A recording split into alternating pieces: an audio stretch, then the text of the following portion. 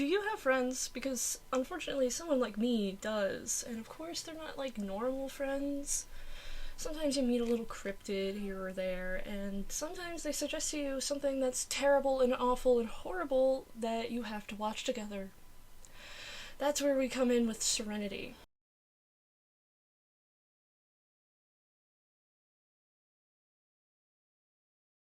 Hi everybody, welcome to my channel. My name is Styx. The E stands for ugh, what did I just watch? And today we'll be talking about the 2019 movie Serenity. No, not this one. This one, unfortunately. So to begin, I'm going to give you a brief overview of this awful, horrible fish movie. But here are some disclaimers. First of all, there's going to be spoilers. Come on, it's a movie review. Of course I'm gonna spoil the movie. The plot twists are not really twists, nor is it really a plot, but I will be talking about all of it. These are my personal opinions. These are not the opinions of the filmmakers or anybody else. I am a drag queen in my bedroom, so take my word with a grain of salt. However, I think I'm right. If you are the director or any filmmakers or anybody involved with this project, please know that the movie was bad.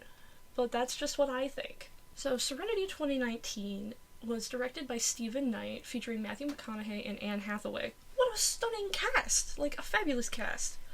However, it is a 106-minute movie that feels decades and decades longer. The plot itself is as shallow as a kiddie pool, let's be honest, while trying to be as deep as the ocean that our dear main character fishes in. Speaking of our main character, his name is Baker Dill. Baker Dill, yeah, again, that's his actual name, is a fisherman on an island called Plymouth Island. He's not very good at fishing, as he is continually trying to catch this one fish, which he has named Justice. Yeah, Justice the fish. When he is failing to catch the fish named Justice, he is a prostitute? He's just, you know, doing sex work, which is great. Love a sex work queen. However, it'll soon become very clear that this is a really odd plot point to be having in this movie in particular. Don't worry, we will come back to it. This movie doesn't. I will. Dill has an ex-wife, her name is Karen, and she shows up to this island and begs Dill to murder her abusive husband. It is important to know that Dill and Karen have had a son together. His name is Patrick, and he's a teenager of an indeterminate age. He's a teenager. And the abusive husband is some sort of, like, mobster or crime guy. The movie doesn't expand on that at all, and it's only important for why Karen can't leave the man. I guess he could make her disappear. I don't really know. I think that would be important to talk about, but the movie does not want to talk about that. Karen offers Dill $10 million to kill her abusive husband, which is a lot of money. So this is when the movie starts cutting back and forth between Dill and his saga with catching the fish and killing the husband, which he doesn't want to do, and he doesn't do until later on. And the son, Patrick, who is just building video games and is being really smart and cool. All of this sounds relatively normal, except for the fact that there's a random guy following Dill around and trying to talk to him throughout the whole movie. He's in a full suit. The guy is the rules. You may be thinking, Pix, what rules, right? Well, oh, I completely forgot to tell you that the plot of this movie is that it's a video game.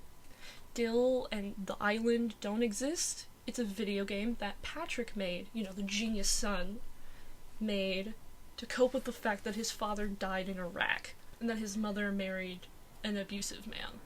So, even though Karen is there early, she begs and begs Dill to kill her husband. He says no, but the husband still shows up anyway, and Karen still puts him on a boat tour with Dill, hoping Dill would just still kill him.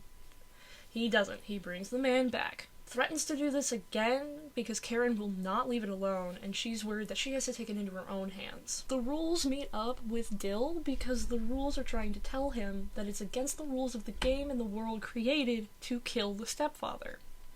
Dill agrees. He doesn't want to kill the stepfather. He doesn't want to do it for $10 million. He just wants to see his son. That's all he cares about in this movie is his son and the fish named Justice. Once Dale finds out that he's in a video game, he starts to understand the actual situation and that his son is in danger by the stepdad. So then, that's when he decides, yeah, I'll kill him. Sure, I'll do it. The rules try to stop him until the rules determine that Patrick wants this to happen, and the game rules has changed from fishing sim to murder your abusive stepfather, which is weird. The rules show up, tell Dill not to do the thing. Dill says, I'm gonna do it anyway, and the rules just let him. There's no threat. They just let him. There's one last boat trip. Frank and Dill go out on the water, and they get him really drunk. Karen is also there for support, I guess. They get him really drunk, and they cast the fishing line into the water, and Frank hooks Justice the fish. Justice the fish pulls Frank overboard, and he catches Justice. But not really, because he dies. He dies. So, this entire, 2-hour movie was all just because the fish is named Justice, and the bad man caught Justice, like in the real world when he could go to jail. You may be wondering what's happening in the real life with Patrick and the thing that he made. Yeah, he stabs his stepfather one time, killing the man, and gets sent to jail. He is still a minor, and so his mom is able to get him out on bail. At the end of the movie, he goes to visit his dad in the video game, which provides two possibilities of how he got to see his dad. The first one, he just programmed himself into the game, went to see his dad, and he's just playing the game, talking to his dad. Sure. The second one is an implication that Patrick unalives himself so that he can go and see his dad in the video game afterlife that is implied. Because his dad's dead. His dad died in Iraq. Did he make video game heaven? Is his dad real? Does he have sentience? None of this matters. The movie doesn't care. It ends. And so now, here are some of my major critiques with this movie and how it handled literally anything. First of all, it was repetitive. I saw so many shots of things that just were there and happened. None of it fully mattered. There were characters who showed up only to tell Dill not to murder the stepfather, which leads me into the second bit. Why was Dill a prostitute? I don't understand. So we start the movie, again, just going through the life of this man. He has sex with women, great. Good for him. We learn that the movie takes place in a video game. Dill is not real. He's not a real man. He's in a video game his son created. Why would his son put in his dad having sex? How much of this is Patrick seeing?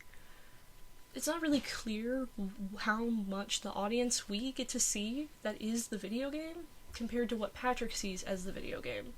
So, is this teenage boy watching his dad have sex? Did he program his dad to be a prostitute? And why? Why would he do that? This weirdness about, sex in this movie also comes back around when Dill and Karen have a conversation about killing the stepdad Frank, and they have sex about it, almost, but they don't. Why would you do that? Why is that included in this movie? Don't even get me started on the game trying to stop Dill and then just being okay with it. I don't understand why the game would do that.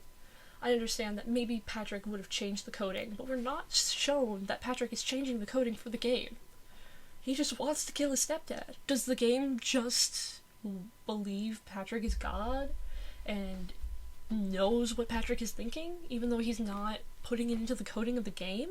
I feel like all of this would be a lot more interesting if this movie was at all paced well. There's not good pacing. There's shots that take way, way too long, that are boring. This movie is boring. You may be wondering, what is the Bechdel test? The Bechdel test is a test that sees if that two named women are interacting in a movie about not romance with a man. They don't talk about a man, they talk about something else. This movie does not pass at all. There are very few named women characters, such as Karen and the woman that Dill sleeps with. I don't even remember her name. He calls her at once, and she's known as the cat lady, because she's got cats, and Dill is supposed to go and find her kitty. And so these women never interact with each other, they never talk about not. One thing that really irks me about this movie is that it seems to be portrayed as a, like, private island movie or a fishing movie. You think you're gonna be catching the fish that this man has named Justice for some reason. But you don't. It doesn't matter. He doesn't catch any fish at all. He looks like a terrible fisherman. But the movie portrays itself as a fishing movie. You think you're gonna catch a fish.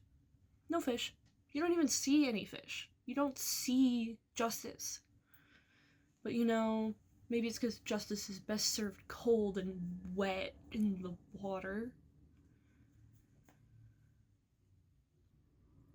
Thank you for joining me today as I just rambled a little bit about this terrible, awful movie that I had to watch.